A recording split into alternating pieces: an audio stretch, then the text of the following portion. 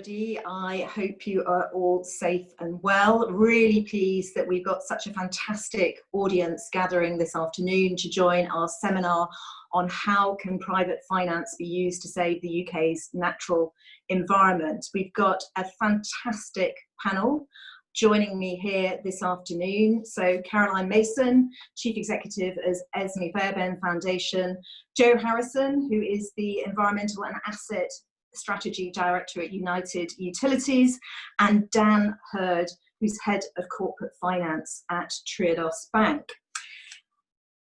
A month or so ago, the Environment Agency, along with DEFRA and the Esmée Fairbairn Foundation and Triodos Bank, announced 4 pilot projects where we have come together and provided finance with the explicit interest of finding out how best to finance and scale up nature-based solutions in this country to tackle some of the really important issues that we face around climate change, protecting for flood, adaptation and resilience, with a real strength around nature-based solutions and recovering nature.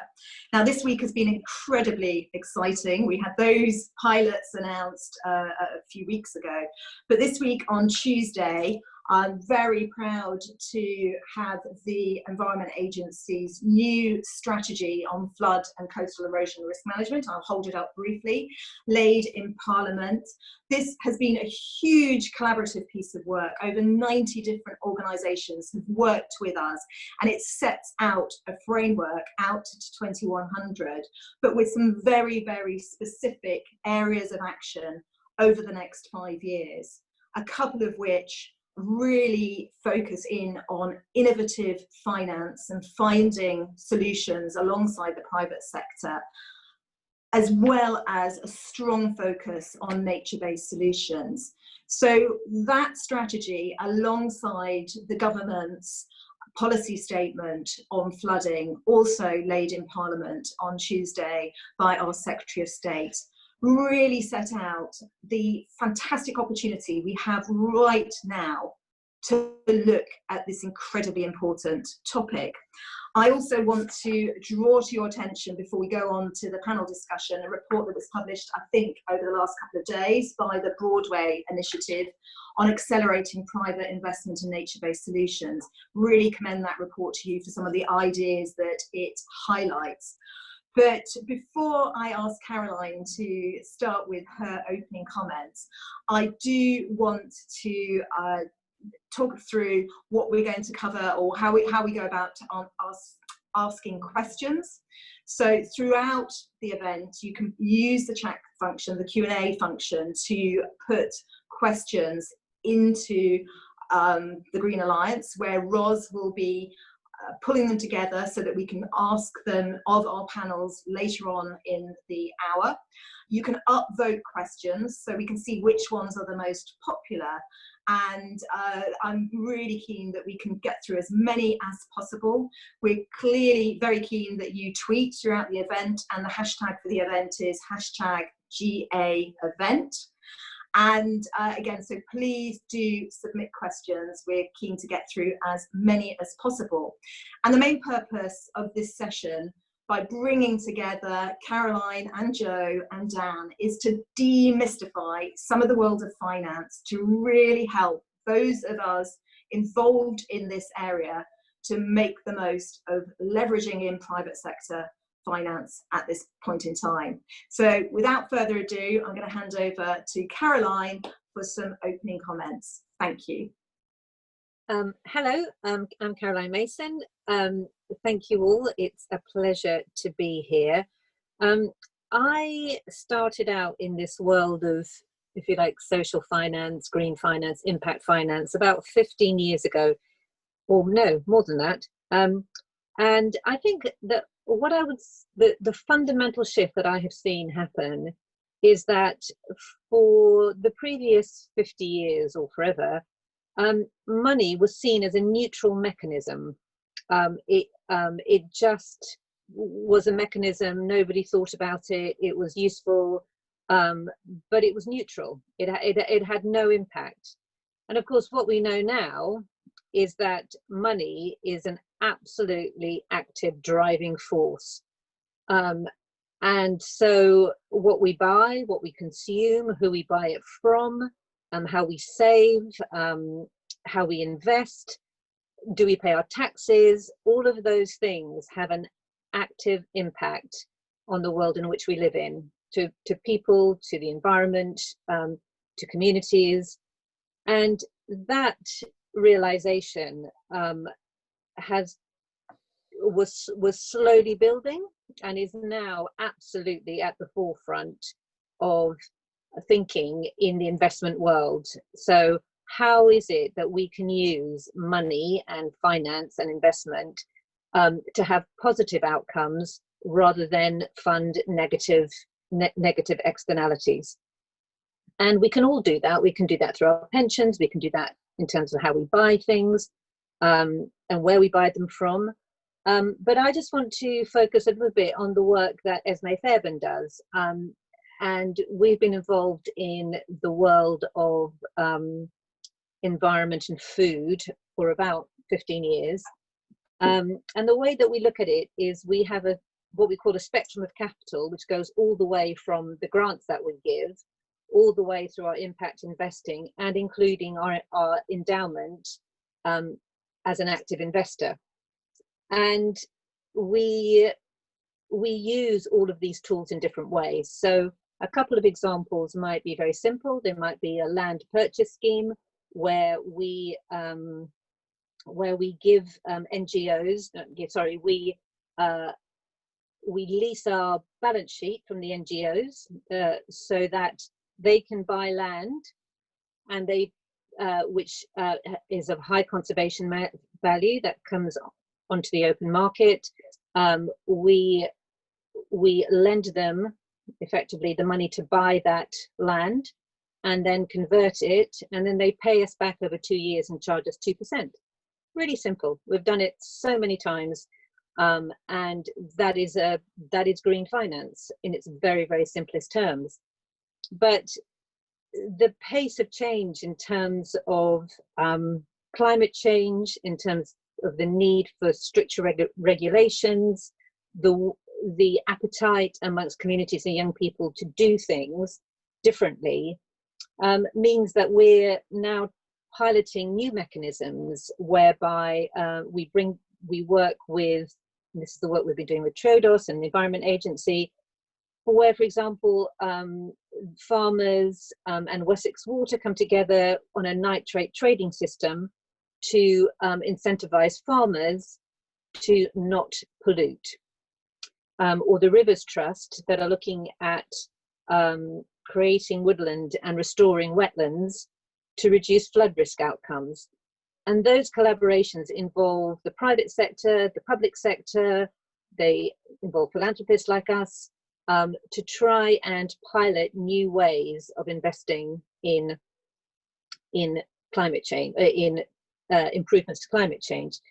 But actually, a lot of the work that we're also doing is along our endowment. So we want to attract mainstream money. We want the entire investment industry to shift. And so we fund organizations like Share Action, Carbon Disclosure Projects, and we try and use our role as an asset owner, as an investor, to champion for change.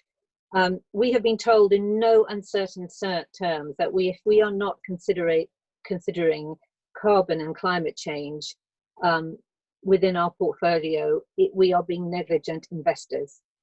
But on the opposite side of that, there are these huge opportunities that we think are going to be emerging in food and agriculture, in transport, in infrastructure, in housing, and in packaging and plastic and recycling. And so this pilot, or these pilots, and the way that we work, it's all about testing things, finding out what works and what type of tool is relevant and what type of financing tool is relevant for the right type of outcomes. For us, the last thing we want to see is a sort of either a PFI model or a social impact bond model, which are highly complex, very convoluted, and largely fail to deliver what they promised.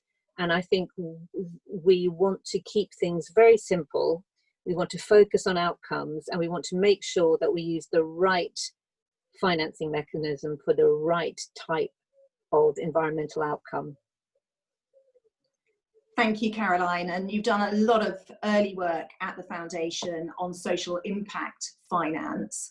We're now at a stage, we're at the start of the decade where we really need to deliver at pace on climate change action. What are the quick learnings that we can take from the work you've already done from social impact? I think, so it's going to sound really arrogant, but the expertise that we need does not lie in the financial services world. It lies in the knowledge and expertise that exists amongst the NGOs, the regulators, who know what the problems are, who know what needs fixing, and really the finance needs to adapt itself to the outcomes that we're trying to achieve, and not the other way around. I would say that for me would be the biggest learning that we have made. Fantastic. Well, that is a brilliant segue to Jo, working for a water company. And given the way the water companies have come together as a sector very specifically around climate change, what are the learnings, what are your hopes, given the work that you've been doing around these pilots to specifically on nature-based solutions and private sector investment? Thank you. So I suppose, so I work for United Utilities. That's a water company for the northwest of the country. We serve about 7 million people. And one of the things that we sort of have to sort of deal with really is the fact that much of the way that we've invested historically has been on a very sort of binary way. So we've tackled issues on a sort of singular basis. So we have driven investment to improve water quality discharges or to improve leakage. And often that is very focused to achieve one outcome. And that's been okay in the past, but increasingly what we're sort of seeing is that we need to have a much more sort of diverse approach to how we deliver our investment going forward. We rely on one thing, which is a sort of resilient ecosystem and resilient climates.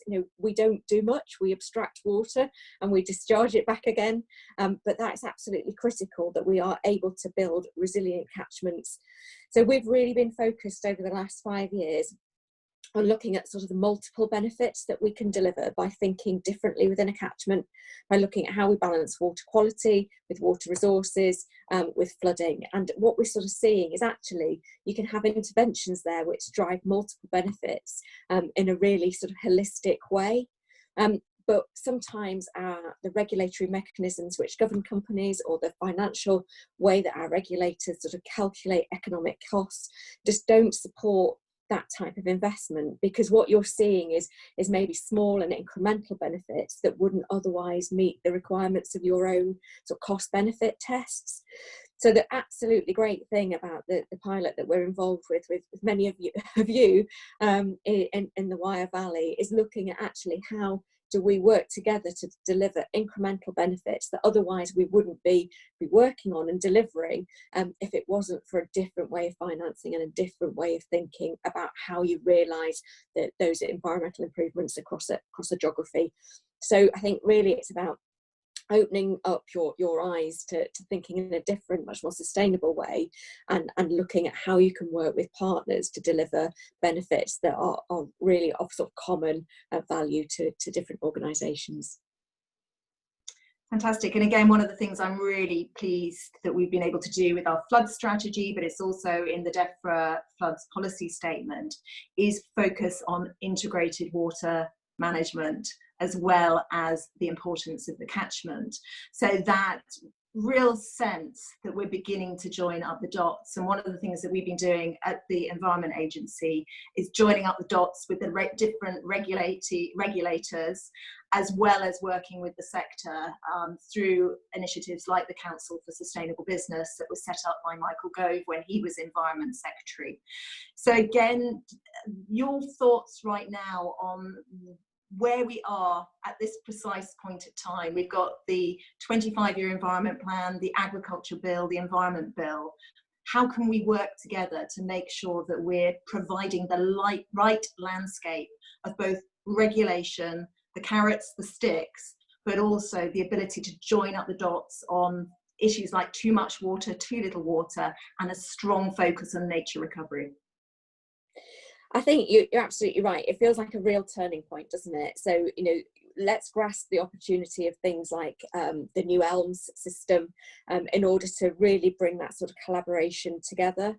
And I suppose, from my perspective, in terms of water companies, we are sort of on a daily basis looking for where those opportunities are. But sometimes we're sort of thwarted in our sort of attempts to be innovative because we still have wrapped around us a sort of historical regulatory system. And so actually, we sort of need a little bit more passion, I think, across organisations to sort of say, actually things can be different. And it doesn't mean that we're going to not deliver the environmental outcomes and the benefits and the progress that we want to see. But we need to take a little bit more of a risk to do it in a different way. Because as organisations, we've never really taken things like sustainability and carbon really into consideration. We have very much focused on the water environment, and sometimes at the expense of other areas. So I think we need a bit of courage, and we need a bit of time to be able to sort of develop those better solutions, and really work together to make sure that they are well known and understood, and we work very collaboratively across the sector in order to be able to drive best practice and good thinking across those ways.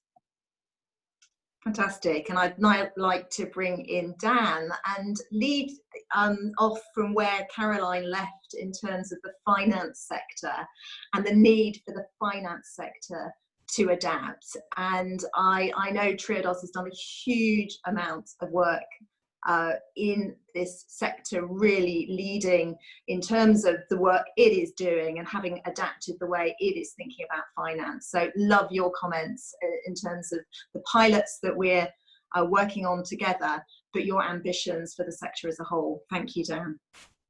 Great. Thanks, Emma. Hi, everyone.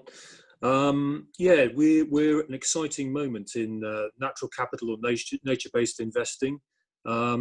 I think as a bank, Triodos, we've been around for 40 years, operating across Europe, and it's not the first time we've been at the very start of a new sector. I mean, 40 years ago, we were financing some of the very early renewable energy projects, and I'm sure a lot of people were telling us at the time, renewable energy, that'll never catch on. We don't know what you're doing. It is, of course, now a mainstream sector.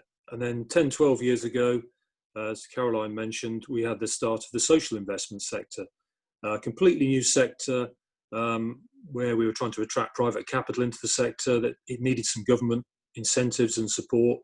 And here we are 12 years on, we've now got quite an established social investment sector in the UK. So I think we can go into this with a bit of confidence that the nature-based natural capital investment sector is new. The scale of the challenge is enormous. Urgency is priority. I think everybody recognises that, certainly the government do, but I think the private sector do as well. And we need to think, what do we need to do to really scale this up and make a meaningful impact? Now, a lot of people just focus really on the finance. And I hear a lot of people talking about green bonds as if that's the only solution to the problem.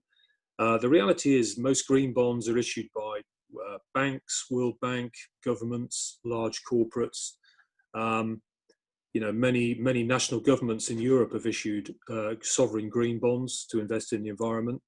And I had a look this morning, actually, and the UK government in the last 6 months has borrowed 385 billion to finance the recovery from the COVID crisis. So the money is available in the markets at 0.19% for a 10-year money for a government. So very, very cheap money is available. The question is, some of you in the audience might be thinking, why doesn't the government just add 5 billion onto that 385 and let's invest that in the UK natural environment? You could do a serious amount of positive impact with £5 billion. So I do tend to think that actually in the end, finance itself is not going to be the problem. It could come from government borrowing and be granted out to restore the environment. the government doesn't want to go down that route because it's obviously not convinced that is good value for the taxpayer. Instead, it wants to see private sector money come into this sector. And from our conversations with DEFRA and the Environment Agency and other government agencies, the government really wants to know what role it needs to take to attract private sector money to come in.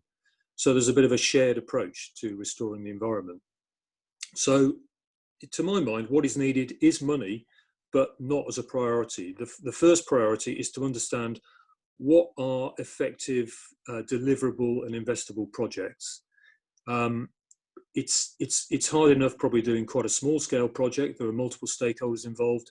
Obviously what we all want to see is those small scale projects scaling up. So we're talking about whole catchment areas of rivers, maybe large areas of peatland restoration. These things are where we're going to make a real impact, but we need to work out how those are deliverable and how those are investable. So I think the focus at the moment needs to be on how do we create a deliverable project? And let's just park the finance for a minute. The finance will be there. If we can create investability, the finance either from the government or the private sector will be there. That's the lessons of the past. So I'm really pleased to be working on these 4 test case projects with EA and DEFRA and Esmée Fairbairn. We're well into the first one, which is the Wyre catchment. So a small river catchment in the Forest of Bowland, working on it as a test case. And really we're all saying to each other, what does it take to actually create a sort of shared vision of that catchment, which reduces flooding, increases biodiversity, enables some carbon sequestration in terms of new planting and peat. What does it take to actually get a shared vision of that project together? How much will it cost to finance it and how will we deliver it? So already 2 or 3 months into this, we're starting to see that it is quite complex actually. There are multiple stakeholders because in a catchment you've got multiple landowners, many farmers who would change their land use, but they're waiting for elms to come through. So would they agree to a different deal in advance of elms? There is that challenge. We've then got the intervention itself that needs to be proven to be effective. So there's a lot of hydrological modelling going on in terms of the interventions we're looking to put in the catchment. Will they work? Then we've got the question of who are the customers, what are the ecosystem services which derive from this. Ostensibly we're talking about natural flood management, but we're also talking carbon sequestration and biodiversity gain as well. And then who will benefit from those interventions and who is prepared to make a payment to support an investment in that catchment. And we've opened up discussions with some quite interesting and diverse sectors actually, including the flood reinsurance industry, the water company, sort of looking at Joe here. We're also talking to developers in the catchment, the local authority. There are very, very many stakeholders who would benefit from an effective NFM intervention in that catchment. So it's a great project. We're making really good progress. I'm feeling very optimistic we're going to get there with this. There's some fantastic lessons are going to be learned, which we can apply to larger scale interventions. Actually, in the end, who finances it is not really of prime importance right now, but I'm confident if we can do a good job on that project, we will find people to invest in it. So we're making good progress. And that's probably it for now, Emma. Brilliant. And again, our intention is to share this work so that we can look at its replicability, its scalability in different catchments in different parts of the country. And it's really interesting that the Green Finance Institute has recently taken on Helen Avery to bring expertise on nature-based solutions.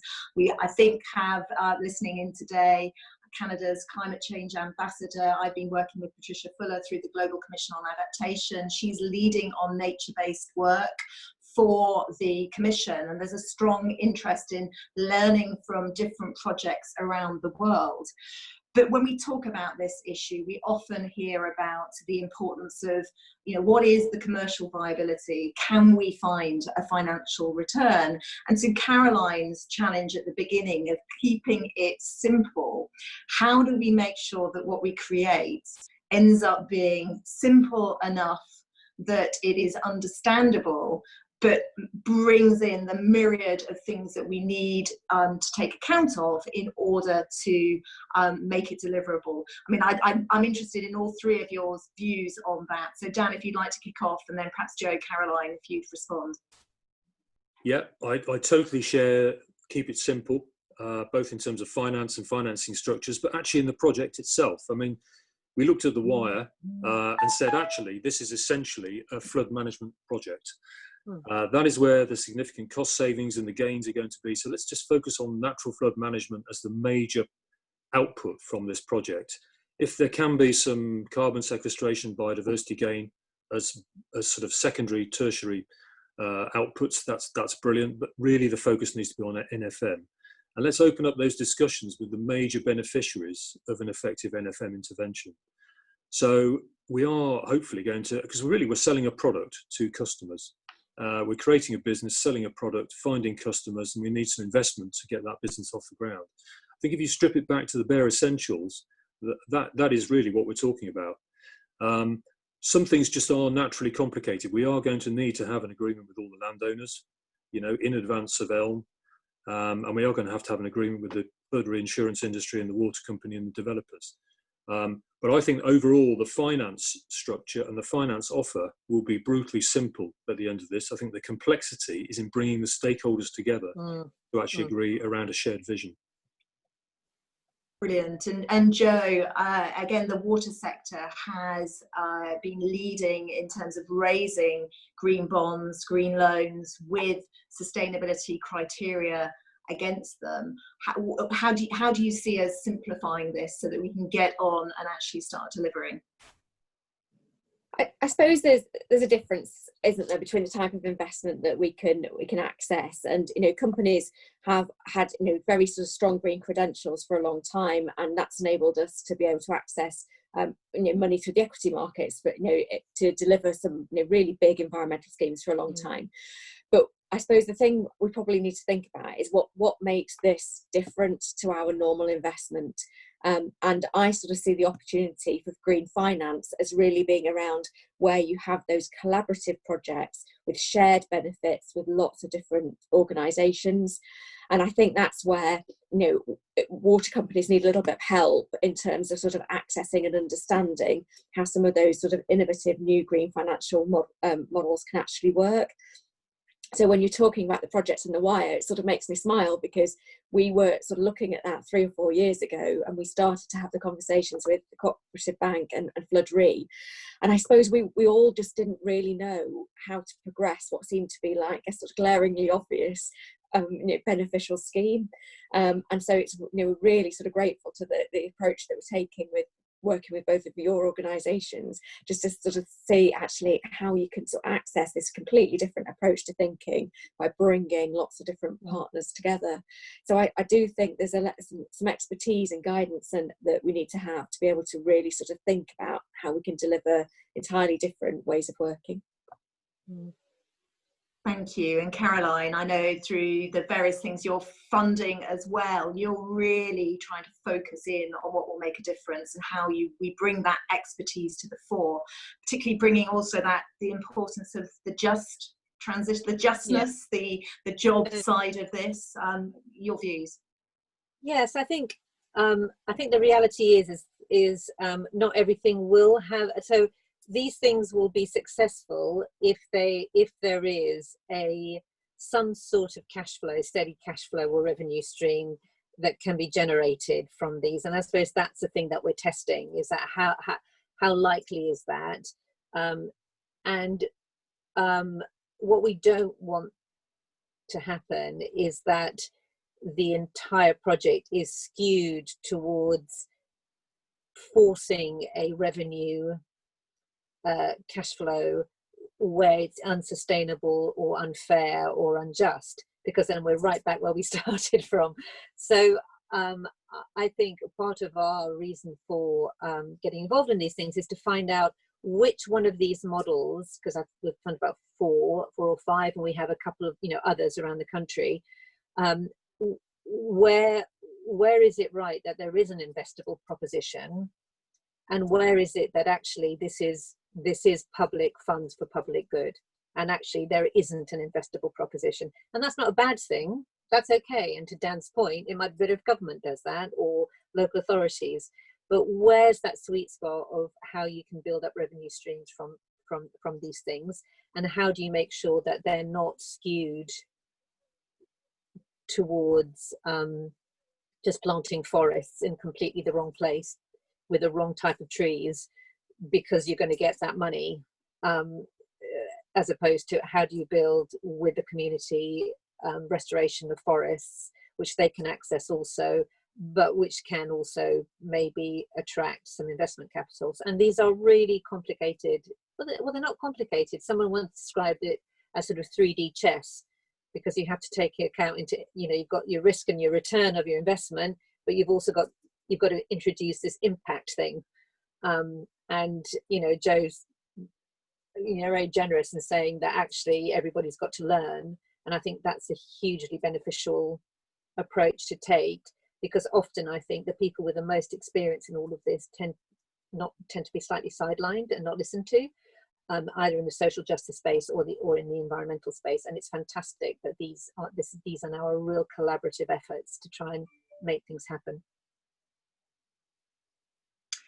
Fantastic. So Ros, I think we're at that time now where we open up to questions from our guests.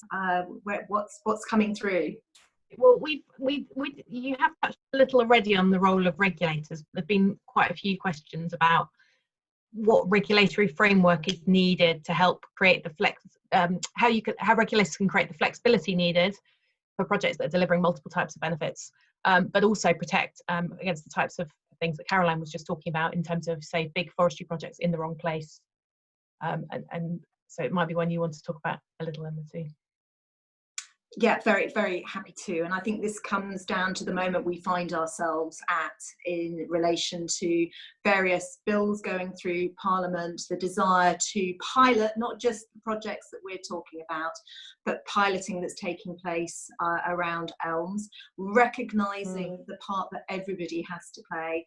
At the Environment Agency, we've joined up with Ofwat, if you take, say, the water sector, putting together a group of the relevant regulators around the infrastructure that is required for both flood and drought and water quality. We've got the tree strategy. All of this needs to be joined together in the sort of nimblest way with an element of pace. And I think, to Joe's point about boldness to try things differently, but also bold to close things down really, really quickly. And I think where we are very keen to, as long as this is not about rowing back on environmental standards, and I am very, very clear about that, is that now is the moment to do things differently. But we also have to remember the lessons we can learn from other regulators. So given my background in finance, I'm really keen to talk to the regulators in the finance sector.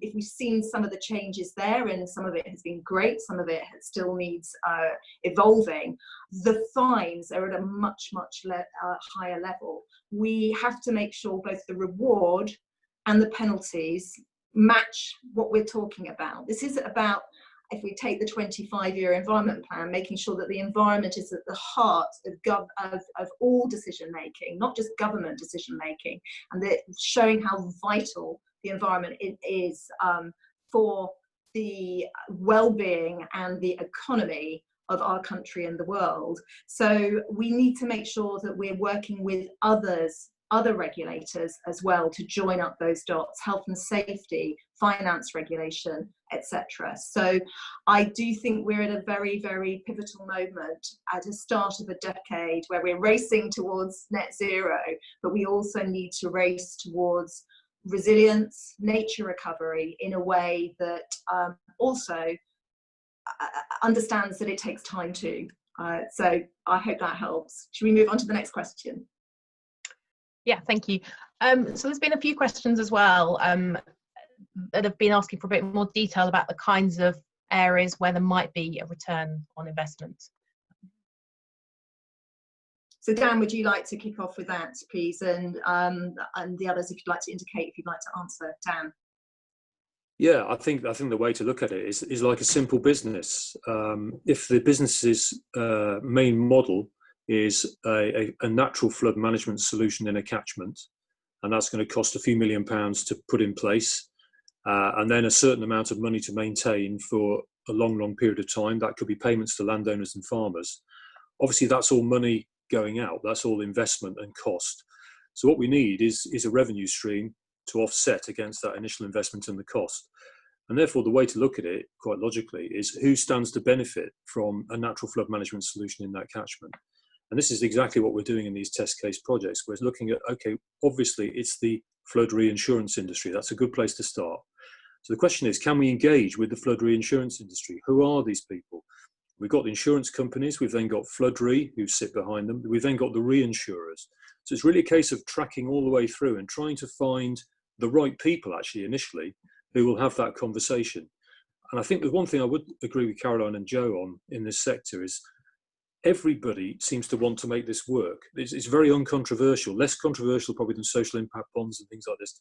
We all of us and everyone we speak to wants to find a solution to this, and probably recognises a bit of leadership is required and a little bit of taking a risk is required.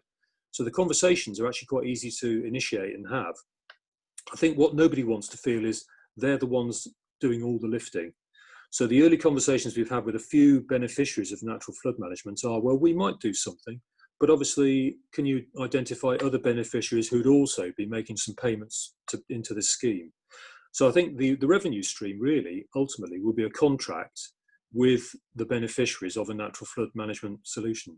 So it'll be a contract maybe with a water company, it could be a contract with the local authority around Section 106 money, it could be a contract with the flood reinsurance industry. We may be able to then sell some carbon sequestration benefits. Since that press release went out about these 4 projects, we at Triodos have had numerous approaches from just ordinary corporates saying, we would like to measure and offset our carbon, and we'd love to do that into one of these trial projects. Now, that could just be because the owner of that business wants to offset the carbon in their business. It could be because they want some good CSR or some PR. It doesn't really matter, but there's a real appetite to support these types of projects. So what we're going to be doing is trying to build together those revenue streams, build a little very simple business case around it and say, does this actually work as an investable proposition? If it does, brilliant, we can go out and raise some money. If, as Caroline says, it needs a little bit of grant support or a bit of government support in some way to make it work, that will be good learning as well. And we'll be feeding that back to DEFRA and the EA and saying, look, we can do this, but this is the role government and the regulator need to play to make it work. So that's how we're going to do it. There's no shortcut to it. You know, Caroline, you wanted to come in. Thank you, Dan. Yeah, I think, and there's the additional benefits of working in this way because it breaks the silos between the sectors. So we're all learning, and getting insurance companies and corporates involved means that they start learning and changing their thinking and are able to do things differently. So I think the wider benefits of this type of approach is not just about the investment capital, and that's actually quite a simple thing. It's just getting people involved, people to change their thinking and to understand, which then will spread within their organization. So I see this as a way of bringing people to the table in a different way, as well as the investment. Fantastic. Should we take the next question, please? Okay, so touching on again on natural flood management, there's a question around liabilities and who owns them, and whether that's a block at the moment and how that can be overcome. That's a great question. And Dan, have you explored this? It's just come up actually on this the Wire project, because if the landowners or the farmers are going to put in some interventions on their land and agree to a change of land use, they are going to get paid for that, but they are worried about the liability for those interventions and maintaining them. So there's a question really: who is going to take that risk? Should that be just the investors? Should it be the landowners? Or actually, do we need the EA to effectively sit behind all this and say, actually, we'll retain? You'll know better than I do, Emma, on this, but the EA provide their role by sitting behind the liability for that natural intervention. So it is coming to the surface. That you're on mute, actually. It shows the beauty of collaboration. Joe, you want to come in? Yeah, I was just going to agree with Dan. I suppose another sort of aspect to look at is one of the things that's really emerging is the use of reservoirs for flood management. And that question of liability, it really rears its head there as well. And I suppose it's looking at, if you're changing the dynamics within a catchment, there are multiple impacts that might sort of impact communities downstream, and how, you know, that question of liability for the subsequent, you know, behaviour of water in that catchment is really, really important, and one that we really need to address. So we see it quite a lot at the moment as well. Fantastic. Should we take the next question? Yeah, so the next question, another popular one from the question board, was how we address the often discussed mismatch between investors' appetites for large projects and large investments, and the fact that natural capital type investments, nature-based investments, may be more small and piecemeal. Great. So who'd like to, I mean, it feels naturally a Dan question, but Caroline, did you want to come in on that? I saw you smiling when the question was asked. Well, yeah, I mean, I think the investment industry has just got itself hooked on, you know, 50 million here, a couple of billion there, because actually that just makes life easier. But I do think that is beginning to change.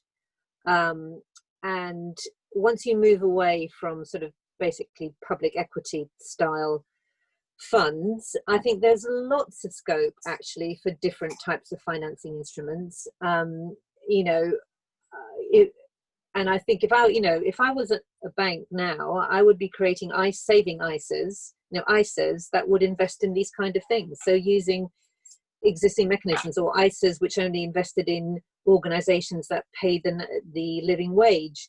So I think that the investment industry is changing, and we are trying to help them to do that, and we're trying to work alongside them to invest in smaller funds and smaller investments.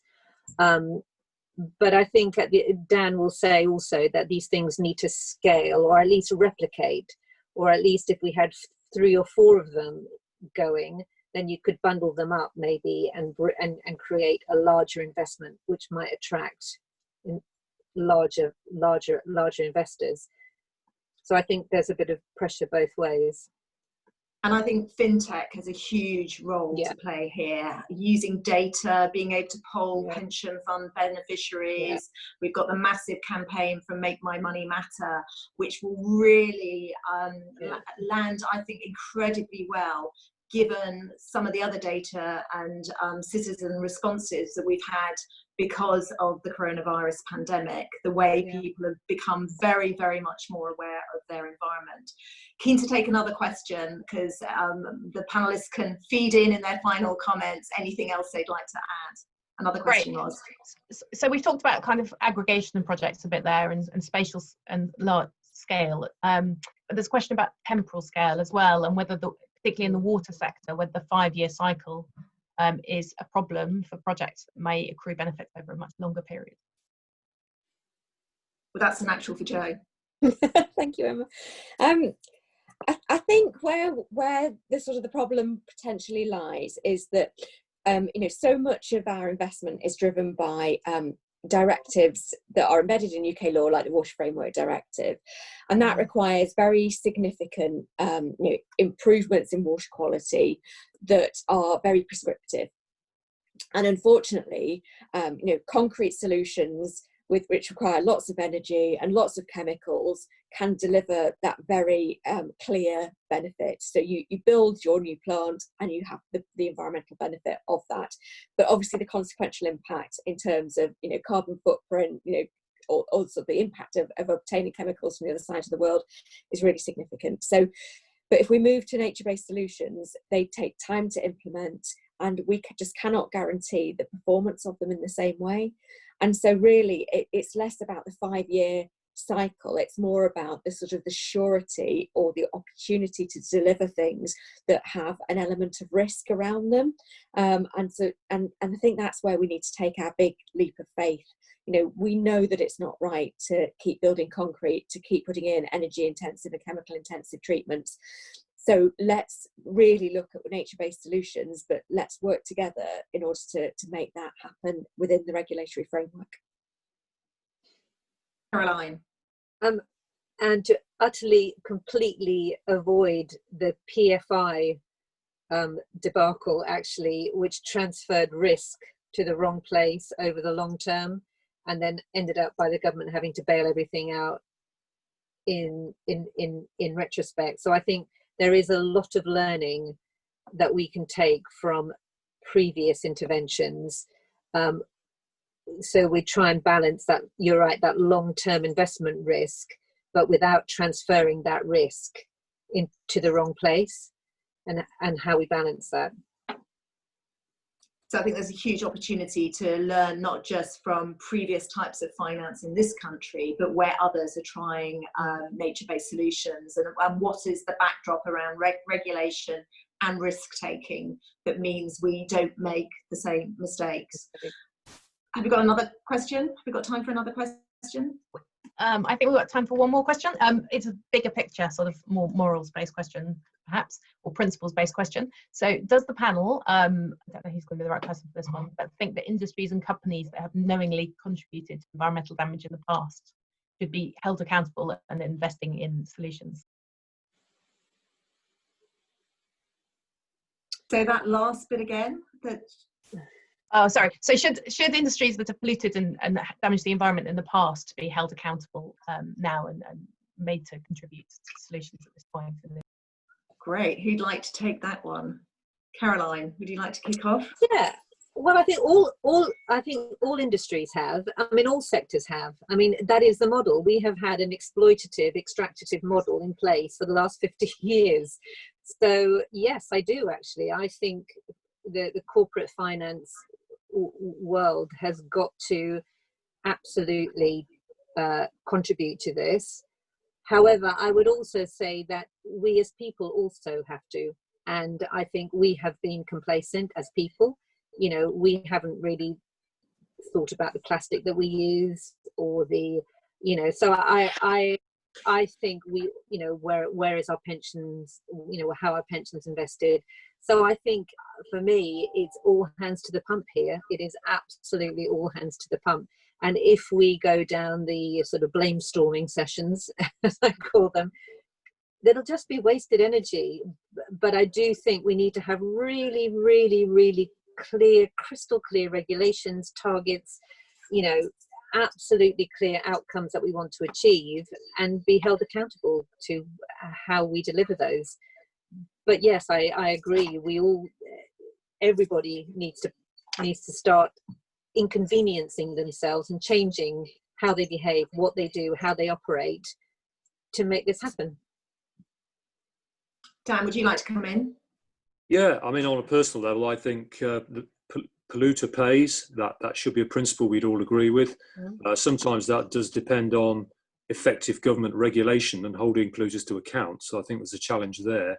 But if we're looking at this being a sort of a shared enterprise with a win-win for everyone, because we all share the environment, and nobody getting rich quick out of this, there's no question that I totally agree with Caroline on that.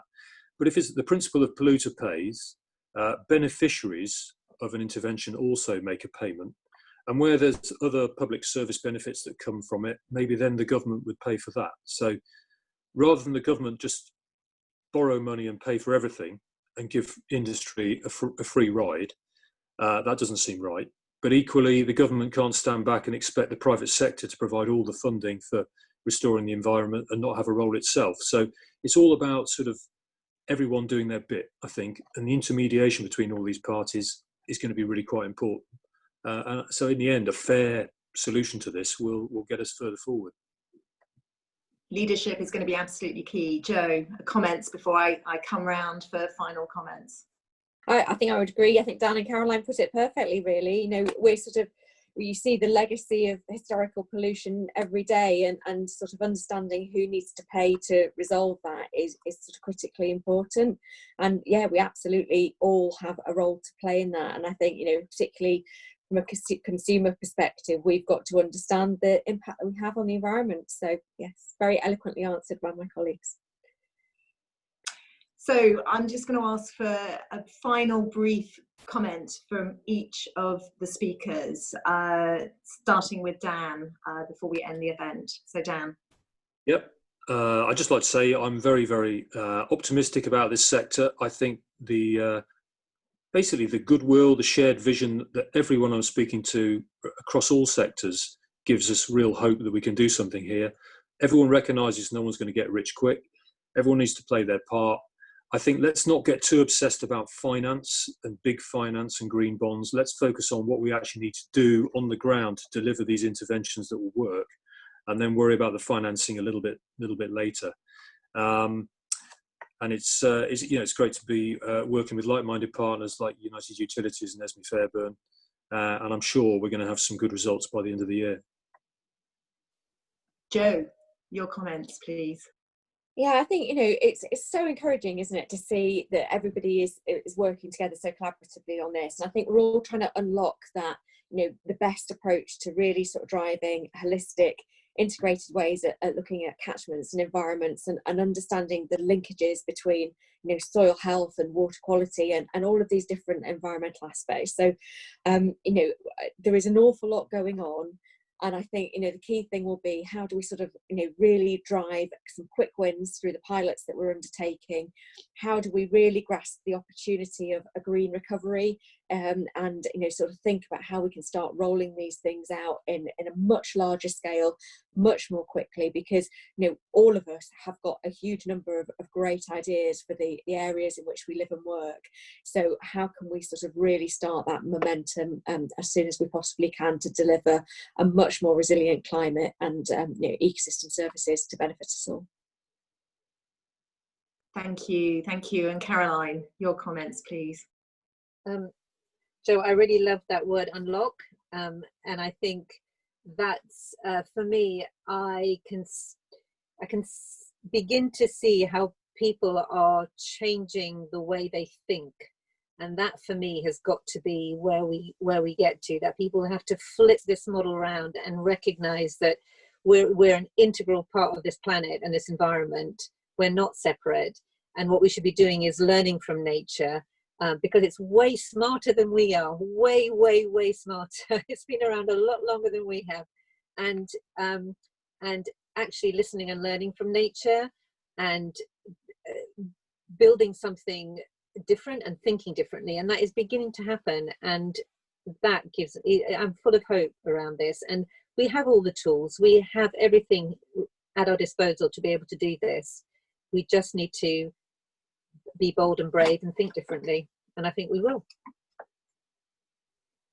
Brilliant. Well, I'd really like to thank my three panelists today, not least because we're working in partnership, but I think for the real sense of wanting to shared ambition. And I think, Dan, I've learned from you today the value of us publicising the pilots. They are tiny in the scale of global finance, but the fact that you've already been contacted by other businesses wanting to get part or play a part in these sorts of projects really demonstrates to me the value of shining a spotlight on what is possible. And it's made me think about the other projects that we're doing at the Environment Agency in collaboration with Greater Manchester Combined Authority or different parts of the country where we are trialing different ways of working, and makes me think that we need to do more collectively to make sure that people understand what is possible so that we can do more of it. And again, things like the new fund that is all about getting projects investment ready that the Environment Agency will be administering for the Department of Environment. We need to make sure that these initiatives are understood so that we can get on and pilot these projects and make sure that we're beginning to really hone in on delivering on nature-based solutions. So I know the Green Alliance have a number of events that they'd like our colleagues, our guests, to be aware of that are coming up in the next week or so, and I think you'll all be contacted about those. A huge thanks to Dan and Joe and Caroline for joining me here today, to Roz for hosting the Q&A part for me, and also to Ollie, who's been doing in the background all of the organisation and sorting out the panel. Thank you very much for joining us. I'm really keen to know what's going on in the chat, because we all have to both listen and learn so that we can really deliver on the solutions we require. Thank you very much, and stay safe and well. Bye-bye.